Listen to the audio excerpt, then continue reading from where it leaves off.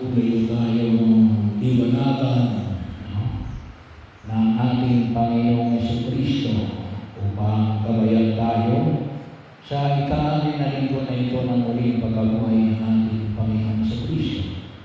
At yung paanyaya niya sa atin na alin na hindi tayo iiwanan.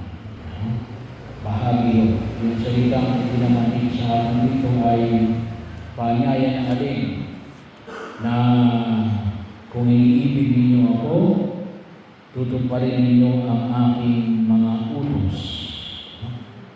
At dadalangin ako sa Ama at kayo bibigyan niya ng isa pang pagbuhay.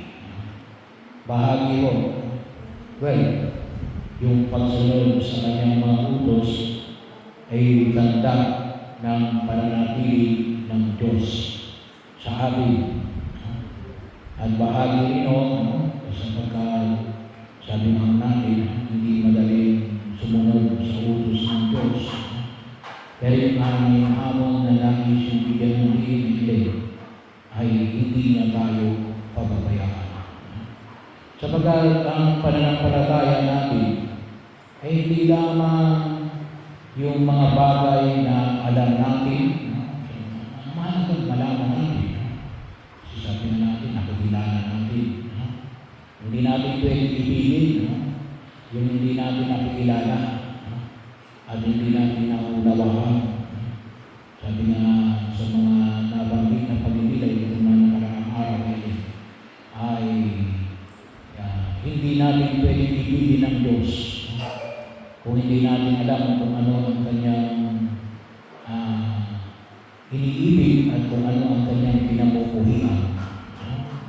Kaya napakahalaga po kasi doon din natin malalaman kung ano yung pagtugunan sa Diyos sangayon sa pagkilala natin kay Jesus. Kaya mahalaga na rin tayo ay magkaroon ng pag-aanda na magpaliwanag katulad po ng hamon niya sa dalawang pagbasa ay dapat ay maging handa tayo na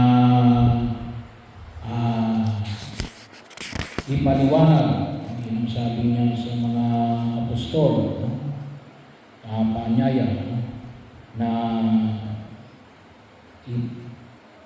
ipangaral doon ang Mesiyas sa Samaria sa unang pagbasa at sa ikalawang pagbasa sa unang sulat ni Apostol San Pedro alin humanda kayong lagi na maipaliwanag sa sino mang magtatanong sa inyo tungkol sa inyong pag-asa. So hindi lang dapat maunawaan natin, ngunit kailangan natin maipaliwanag, maipamanig natin. Kaya napakahalaga yung sapat na kaalaman tungkol sa ating pag-asa kay Jesus. Bahagi yun. Pangalawa ay kinakailangan din natin maging bahagi ng ating rito. Kaya napakahalaga yung ating mga ritual. Kasi may kahulugan yan. Yung mga ritual natin. Bakit ba tayo, halimbawa, bahagi dyan yung alin? Yung pagbasa sa banal ng kasulatan. Una, ikalawa. Yung paghahandog ng mga alay. Hindi lang yan isinama para maging bahagi lamang ng aktibidades. Ngunit yung bahagi ng ating paghahandog din ng ating sarili. So, napakahalaga yung mga ritual na ginagawa natin. Yung ating mismong pagsama-sama. Kasi makulay yung sabi nga natin yung isang komunidad na tayo magtipon-tipon sa paniniwala sa isang Diyos. Pero kasama rin yan yung yung mismong maging bahagi ng ating buhay na makita sa ating pagtugon sangayon sa ipinamamanig sa atin ng ating Panginoong Jesucristo na talagang isinasabuhay natin. Hindi naman kinakailangan maging perfecto, pero pinagsusumikapan natin. At ano yung hamon ay pinangaling ng buong may kapal? Ito yung pananampalataya natin, pinamilang makita saan? Sa pagsunod sa kanyang mga utos. Napakahalaga ko yung pagsunod sa kanyang mga utos. Hindi pwedeng sabihin natin na iniibig ko ang Diyos, pero hindi naman natin siya sinusunod. Kaya kinakailangan na andoon yung pagtugon sa utos ng ating Panginoong Jesucristo, ang pagsusumikap na sumunod sa kanyang mga utos. Bakit? Sapagkat magtiwala tayo na rin na kung isa kasi ay tayo ay nangihina, huwag natin kalimutan na rin yung biyaya ng kanyang presensya. Nakita natin yung biyaya ng Diyos mula nung nilikha ang sanlibutan. Ibinigay niya sa amin ang lahat ng bagay. Sa pamagitan ng pagkamatay, muling pagkabuhay ng ating Panginoon Jesucristo, na tayo ay iniligtas sa kasalanan at kapahamakan. Una po sa gawa ng mga puso, nakita natin na pinalayas ng mga alagad ng mga samang espiritu, pinagaling sa ang mga sakit ng mga may karamdaman. So, bahagi yun na kung saan ay nakita natin yung maliwanag ng pagkilos ng Diyos. At pangatlo, tulad ng kanyang ipinamanig dito, ay ipapadala niya ang tagapagtanggol. Mayroon tayong defense lawyer. Bahagi yun. Huwag natin kalimutan ninyo yung Espiritu Santo. Kasi yun ay bilang pag-aanda ho sa kanyang pag-akyat sa daigdig na ito. So alam naman natin sa Jesus yung makita sa langit. Bagamat narito siya sa anyo ng tinapay ang alak sa banal na Eucharistia. Pero huwag natin kalimutan na rin, pinupuspos tayo ng Espiritu Santo upang gabayan tayo sa pang-araw-araw na pagkilos. Kaya napakahalaga na patuloy natin makita yung presensya ng Diyos. Kaya kinakailangan natin maitanong din sa ating sarili, sana po sa bahagi ng ating Panginoon, nasaan ang Diyos dito? Nasaan ang Diyos dito? Well, sa banal na misa, nandito siya. Sa anyo ng tinapay at ng alak. Pero every time na pupunta tayo, matutulog tayo, siguro pwede natin itanong sa ating sarili, sa buong maghapon, kasama ko ba ang Diyos? Sinasamahan ba ako ng Diyos? Ako bagay nakatugon sa panawagan ng Diyos sa pamagitan ng pagsunod ng kanyang mga utos. Baka naman ako'y naging pasaway sa kalooban ng Diyos.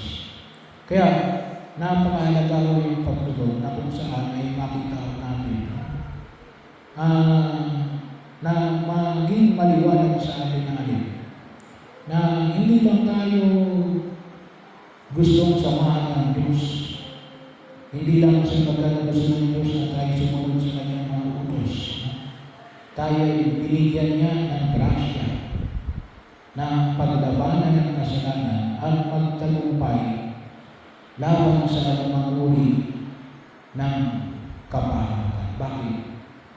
Siya ay sumama sa atin. Ang nawa po ay huwag natin kalimutan. Huwag natin kalimutan na kasama natin ang Diyos. Kasi bahagi yun. Kung isa lang kasi ang namamayanin sa atin ni Alin, nasa isip natin ni Alin. Kasi yung karanasan natin, iniwanan tayo. Mga iniwanan na boyfriend, iniwanan ng mga kaibigan, iba iniwanan pa ng asawa, iba iniwanan ng mga anak. Ay bahagi yun kung saan ay makita natin, iba iniwanan ng mga magulang. Pero sana maging maliwanag sa atin na hindi tayo iiwanan ng Diyos. Na naging bahagi ng ating pagtugon mula sa karanasan natin sa Diyos na may likha ng lahat ng bagay, kay Jesus na nagligtas sa atin sa kanyang krus at sa pagpapadala niya ng Espiritu Santo. So bahagi yun na nabapo ay magpatuloy na magpaalala sa atin na ang Diyos natin ay hindi nangiiwan. Kasama natin palagi ang Diyos. At tama-tama din naman kasi itong second Sunday of May ay pinalalaman natin yung mga nanay. So, magpasalamat tayo sa mga nanay. Kasi isa ko yun sa mga imahin na patuloy na gumagabay sa amin. Yung mga nanay na alin na talagang gumagabay sa ating pagkilos sa daigdig na ito mula nung tayo ay isilang sa daigdig na ito at patuloy na gumagabay sa pagkakataon na kung saan ay ipinamamanig ang tanda ng pag-ibig ng Diyos sa pamagitan ng pangangalaga ng ating mga nanay. At ipanalangin natin, kasi hindi natin mayalis na mayroon din mga nanay na alin na nang-iwan. Ay ipanalangin natin, panalangin natin na nawa yung mga anak na nakaranas noon ay makita pa rin yung imahe ng Diyos